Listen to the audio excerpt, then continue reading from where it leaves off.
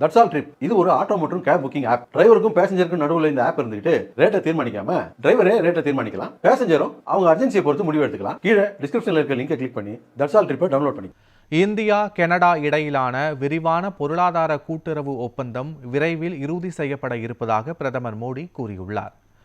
4 நாள் பயணமாக இந்தியா வந்த கனடா பிரதமர் மார்க் கார்னி டெல்லியில் பிரதமர் மோடியை சந்தித்து பேசினார். அப்போது இருதரப்பு உறவுகள் குறித்து ஆலோசனை நடத்திய அவர்கள் மேற்காசியாவின் ஆபத்தான நிலை குறித்தும் விவாதித்தனர். தொடர்ந்து அணுசக்தி, அரிய வகை கனிமங்கள், கல்வி, பாதுகாப்பு தொடர்பான பல்வேறு முக்கிய ஒப்பந்தங்களில் இருதரப்பிலும் கையெழுத்திடப்பட்டது. அணுசக்தி ஒப்பந்தத்தின் கீழ் இந்தியாவுக்கு கனடா யுரேனியம் விநியோகம் செய்யப்பட உள்ளதாக அந்த ஒப்பந்தத்தில் கையெழுத்திட்ட பின்னர் செய்தியாளர்களிடம் பேசிய பிரதமர் மோடி, இந்தியா கனடா இடையிலான விரிவான பொருளாதார கூட்டுறவு ஒப்பந்தம் விரைவில் இறுதி செய்யப்பட இருப்பதாக கூறினார்.